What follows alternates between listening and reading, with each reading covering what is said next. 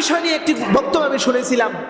তিনি বলছেন যে কুষ্টিয়ায় আমার চাইতে আর বড় কে আছে, মানে প্রশাসনিক দিক দিয়ে আমি তো আপনাদের মাঝে নসিহত পরামর্শ দেবো। এইটাকে উল্টায়া মিডিয়া প্রোপাগান্ডা ছড়ানো হচ্ছে যে সে দাবি করেছে যে আমার চাইতে বড় আর কে আছে, আমি তো সবার উপরে বড়, অর্থাৎ আল্লাহর চাইতে নিজেকে নাকি বড় বলে দাবি করছে, অর্থাৎ মিথ্যা প্রচার করা।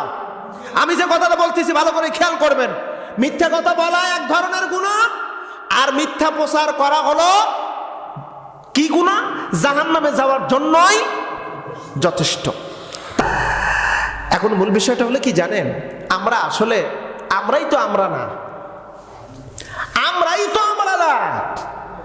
আমরাই তো ভালো না।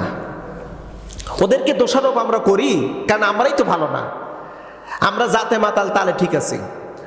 যদি জাতে মাতাল তালে ঠিক থাকেন তাহলে লিখে রাখেন আল্লাহরও ওই পরিষ্কার কথা, আপনাকে ধোকা দিবে আর ধোকা দিয়ে আল্লাহ আপনাকে জাহান্নামে নিয়ে যাবে, পরিষ্কার কথা। এ কথা আমি একদিন মানে গত জুমার আগের জুমা সম্ভবত বলেছিলাম একটা কথা।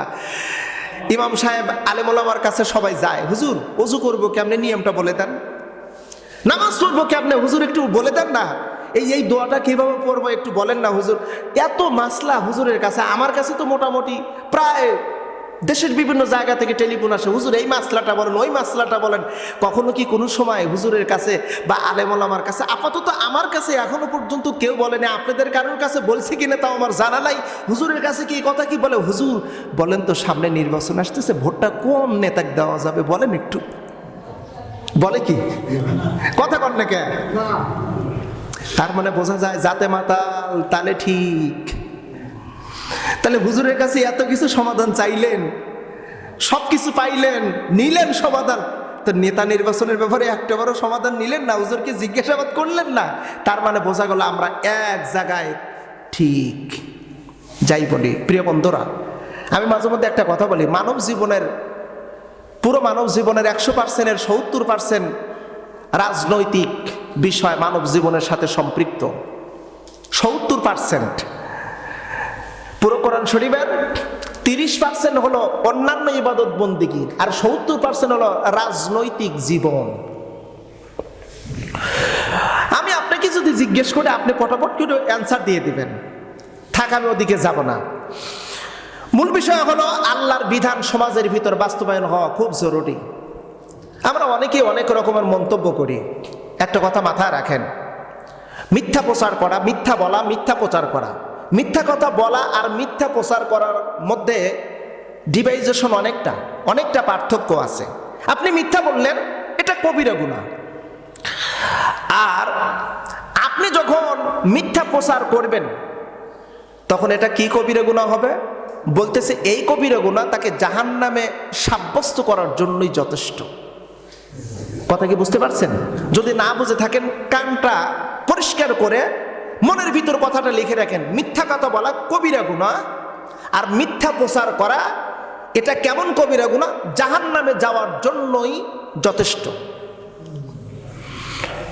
আমরা লক্ষ্য করে দেখেছি নামাজি ওলামায়ে কেরামের বিরুদ্ধে মিথ্যা বিষোদ্গার প্রচারণা করা হয়েছে। আস্তাগফিরুল্লাহিল আযীম। এদের বুঝ আসবে কবে? সঠিক সেন্স আসবে কবে? আরে ভাই, যত আবেগ দিয়ে আমরা চলি না কেন, এই সময়টা হলো মাত্র কয়েক সেকেন্ডের সময়। আমি গোলজার কথা বলতেছি দাঁড়ায়া, আমি যে বসতে পারো আমার কোনো গ্যারান্টি নাই। আপনি মসজিদে বসে আছেন, মসজিদ থেকে বাড়িতে সোজা হয় সুস্থ শরীরে বাড়িতে যেতে পারবেন, আর কোনো গ্যারান্টি নেই। কোনো গ্যারান্টি আছে? কোনো গ্যারান্টি নাই। সমালোচনার ঝড় পত্রিকা, আমি অবাক হয়ে গেছি গত রাত্রিতে এখান থেকে যাওয়ার পরে অনলাইনে ঢুকলাম, দেখি যে মিথ্যার প্রচারকাণ্ড ছড়ানো হচ্ছে। একজন ব্যক্তিকে উদ্দেশ্য করে, মাইন্ড করবেন না, আমি কিন্তু উদাহরণ দেওয়ার উদ্দেশ্য বলতেছি। আমির হামজা কুষ্টিয়া 3 আসনের, কুষ্টিয়া সদর আসনের তিনি এমপি। আমি তার ব্যক্তি কোনো গুণের কথা আমি বলবো না, সে যে ব্যক্তি তার ব্যক্তি হিসেবে গুণের কথা বলবো না। তিনি যে এমপি হয়েছেন ওই এমপি হিসেবে তার কয়েকটা গুণের কথা বলবো। অলরেডি প্রত্যেকটা বাজারে মনিটরিং করতেছেন, প্রত্যেকটা দোকানের মনিটরিং করতেছেন। আপনার এই দ্রব্যমূল্য কত দিয়ে কেনা, এর একটা শীট দেখান, বিক্রয় করতেছেন কত। দেখা যাচ্ছে যে যখনই একটু গরমিল পাওয়া যাচ্ছে সঙ্গে সঙ্গে ডিসি, ম্যাজিস্ট্রেট, টিওনো, এটিওনো তারা যাচ্ছে, এসিলেন্টে যাচ্ছে, সঙ্গে সঙ্গে ভ্রাম্যমাণ আদালত জরিমানা করতেছে। সুবহানাল্লাহ। কয়েকটা ভিডিও দেখে চোখে পানি রাখতে পারলাম না, তখন মনে হলো সেই সোনালীর ইতিহাস,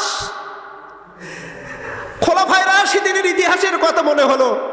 প্রত্যেকটা খলিফা, প্রত্যেকটা আমিরুল মুমিনিন বাজার পরিদর্শন করেছে, দ্রব্যমূল্যের দাম যদি কেউ নিয়ন্ত্রণের বাহিরে নিয়েছে সঙ্গে সঙ্গে বিচারের আওতায় এনেছে।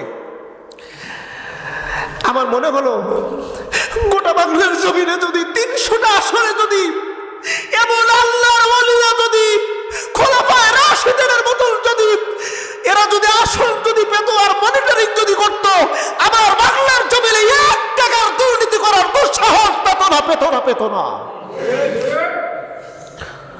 আমি অবাক হয়ে গেছি।